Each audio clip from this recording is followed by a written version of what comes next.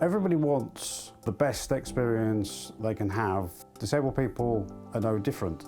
Disabled people deserve the right to have a choice as much as anybody else. People in Land of Cottage, should be enjoying the whole experience, just like anyone else does. It's a good day if there's no fuss. If I can go in, come out, and there's no problem.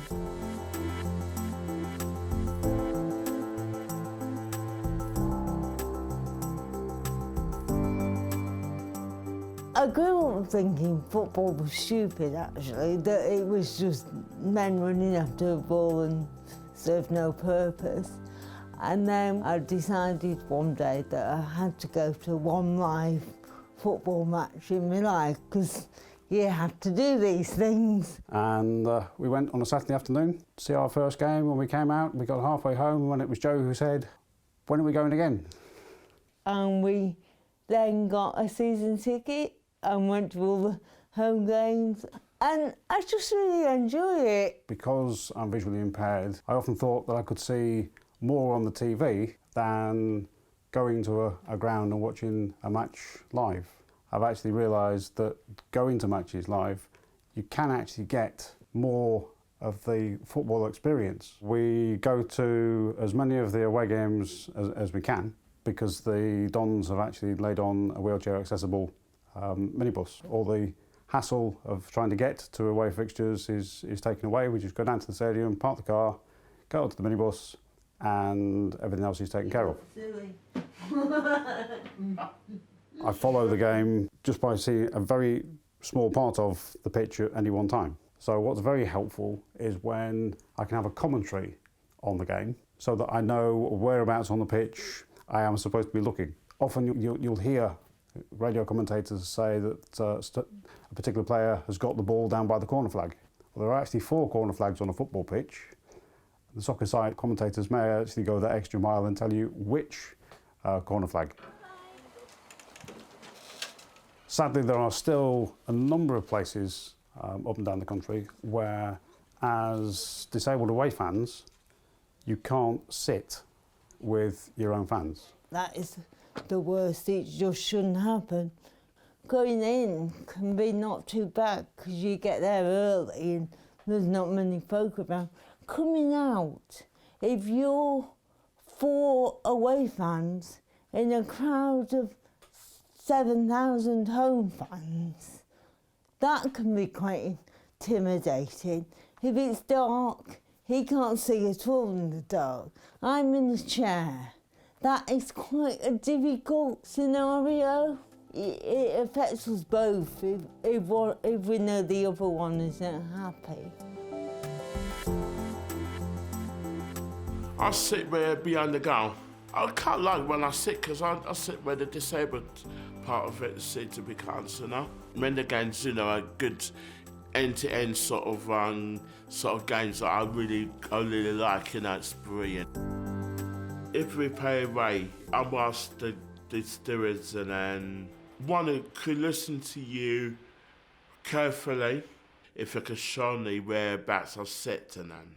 But not just on myself, but every other sort of person's got Land of Cottage and that. It's all about patience at the end of the day, If I got the patience to do that sort of stuff like that, that'd be awesome. Our day at Charlton is very much a family day out. I have a daughter, I have a son, he has a severe learning disability. We do have the benefit of parking, so it's not too much of a problem for us to go to a home game. When we go to away games, it's not always as easy as our home fixtures. We can't sit together, sometimes that's in totally different stands, so it's very, very much hit and miss. And I think a message for me in terms of unifying the design of stadia is to consider families. We do it elsewhere in terms of family areas. That needs to be extended to disabled people that want to experience football together. There's around about 11 million disabled people in the country. A small minority generally are wheelchair users. So what are we doing? How are we considering all the others that are not? Access, or good access, is an absolute vital requirement for them. And then all of a sudden, those 11 million people become clients of football. And so there's a moral argument to say that we should do this, but there's also a financial argument to say we should do this. The overall matchday experience is very important, and we want to make sure that all our supporters that come feel valued. You know, we're very, very lucky that you know, the iPro Stadium is such an accessible stadium. Each supporter is different. You know, they may have similar disabilities, but it affects them in different ways. We provide many facilities and services on match day. We always like to give choice and options wherever possible. Seating is one big area that I feel that is important, where we give choice. We're very fortunate enough to be able to offer wheelchair spaces in different locations. We have elevated platforms around the stadium. We have also wheelchair spaces available at pitch side. For a wheelchair user's perspective, you know, when they want to come to the game, we want to be able to offer to be with their family and friends. That is so important to us. We also offer things like matchday commentary for blind and partially sighted supporters. We also offer accessible parking, but also we recognise, again, with supporters that need, you know, that have mobility problems, we offer, which we're very proud of, a buggy service that basically transports supporters to and from the stadium on a match day. We moved our away supporters from the south stand to this southeast corner here. We recognise that obviously by moving the away supporters here, wheelchair users, we're not going to get the choice of seating like they do it in the home areas. So we decided to install another wheelchair platform here, which we're very proud of, because obviously it also offers really, really good sight lines for the wheelchair user.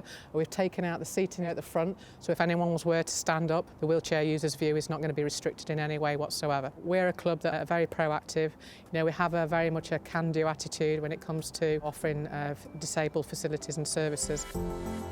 I think disability access in football needs to be addressed for a number of reasons. Number one, stadia are difficult buildings to get into, that there are a lot of steps. So people with an obvious disability, you can imagine they can be challenging environments to move around. But you also have people with hidden disabilities, and you're moving through often busy, crowded places, noisy places. So just to ensure that all football fans can enjoy live football. That's why it's important, not just for the FA, but for the leagues, for the clubs. I think what we've all got to remember is that we're in the people business, that yes, we've got physical assets in stadia, but it's all about the people who are running the business. And for us and for all clubs out there, I cannot stress the importance of making sure that you've got well-trained staff who are confident dealing with people who might have different needs. Our vision as Wembley is to be the best stadium experience in the world. And for me, that means if we talk about accessibility, that we should be the best accessible experience in the world. So we're constantly trying to improve the experience for the accessible guest. During the planning stages, the Wembley planning team partnered with Level Playing Field to design all the accessible facilities in the stadium. All the accessible bays, all the accessible restrooms, where lifts should be, how that accessible guest will get around the building. So everything was put into the planning of the stadium to make sure that accessible guest felt just as at home here as any other guest would feel. But it's the staff member that can kind of be out on the lookout for those guests that really need the extra assistance. So we have a team of Wembley Connectors, there's around 100 staff that are just out there looking for the guests that need that little extra help. And working with Level Playing Field, accessible bays were put all over the stadium, including ambulance seating. So depending on the guest, depending on where they fit within the price range of what they want to pay for a football event, there's all different levels of seating on every single level of the stadium. So all options are open to them. So one of the things we created last year was a transport team. So now that guest, when they arrive, they don't have to bring their wheelchair anymore. We're there to pick them up. We take them right to their seat. We ask when they'd like to be picked up, and then we take them back to where we pick them up from at the end of the event. You're taking away some of that worry that they have about, oh, I've got to bring my wheelchair and I've got to do all these other things, and trying to provide a better experience for them. So I think if we potentially stop focusing on what we have, what we don't have, how old our ground is, those types of things, and we started listening to the guest about what are your specific needs, how can we how can we address those specific things, maybe little things at a time, I think will help. So I think it's about looking at the bigger journey and try to get creative, using the feedback from the accessible guests to make changes. The next stage for us at Wembley would be looking at what we can do for people who have a less obvious impairment, because there are obvious physical disabilities, but there are also people who maybe have a less obvious impairment, and working with people with autism, for example, who want to come and enjoy a football match in a live environment, but a stadium of 90,000 people makes that difficult to do. Everybody gets a choice of view, apart from a disabled fan. The Disabled Supporters Association raised funds for the wheelchair viewing platform. That's been a real big change this season. The viewing platform's at executive box level, and it is really a literal game-changing experience. The first thing they say when they come out the door onto the platform is wow. The second thing they say is how different the pitch looks. It's just the right thing to do. Not only that, it creates interest in the football club. Our Disabled Supporters Association's increased by 50% in numbers. We had an inquiry from a fan with an autistic child who wanted to come and watch the match. And it quickly expanded on that to, why don't we try and have a match dedicated to facilitating as many people with autism to come to the match as possible. We contacted a local charity, Autism Wishes, and what we did was the week before the game we opened a stand-up and said anybody who wants to come and familiarise themselves with the match day routine can come down, see where they're coming in, see where they're going to sit, make themselves at home. It worked really well. We were really pleased with it. Autism Wishes were really pleased with it, and I know a good few of those fans have come back again to matches. It's the nation's favourite game, football. We all love it. And whether you're a disabled person or a non-disabled person, you care and you want to follow what you love. And if that happens to be football, and if all your family and friends follow football, why don't you want to too? So for that to happen for a disabled person, we need to make sure that stadiums are accessible and welcoming and inclusive for everybody. And of course, for a disabled person, that means removing those barriers that prevent it. So this is about continual improvement. This isn't about a one-stop solution, a one-hit wonder to resolve a particular problem. This is about evolution over a period of time and working with the supporter base. One of the worst things I think a club could actually do is assume that it knows what its fan base actually wants, and in particular disabled fans. So open dialogue about those requirements will often find a solution that maybe hasn't been considered previously. It doesn't have to be about capital expenditure. It can be as simple as individual contacts at clubs to deal with issues. Let's take anxiety out of the match day visit, and I'm sure we will be applauded for our success.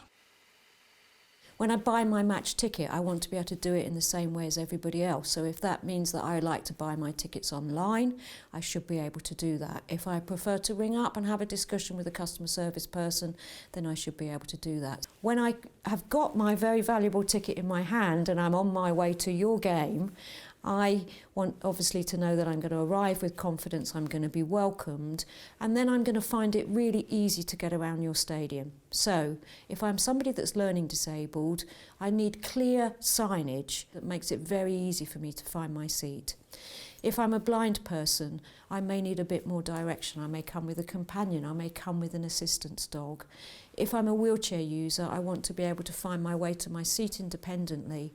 So this is about ensuring that every customer-facing member of staff is a volunteer on match day, should have appropriate disability awareness training. There's that goodwill feeling that, a disabled fan being able to go to the football on a Saturday afternoon. Those stories soon circulate, and the community good feel that gives clubs should never be underestimated. Football is the national sport. It's for everybody to enjoy, and I think what we get is a sense of confidence that we're delivering for everybody, and I think we can look at ourselves in the mirror happy that we're doing the right thing for all of our customers.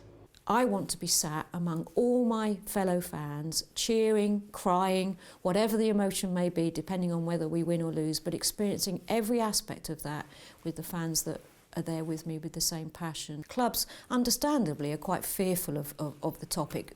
We need to get that message across. They've nothing to be afraid of, and there are some amazing good and best practice examples out there with really low cost solutions. You know, the more fans coming through the turnstiles, ultimately, and attending games, the better it's got to be for everybody.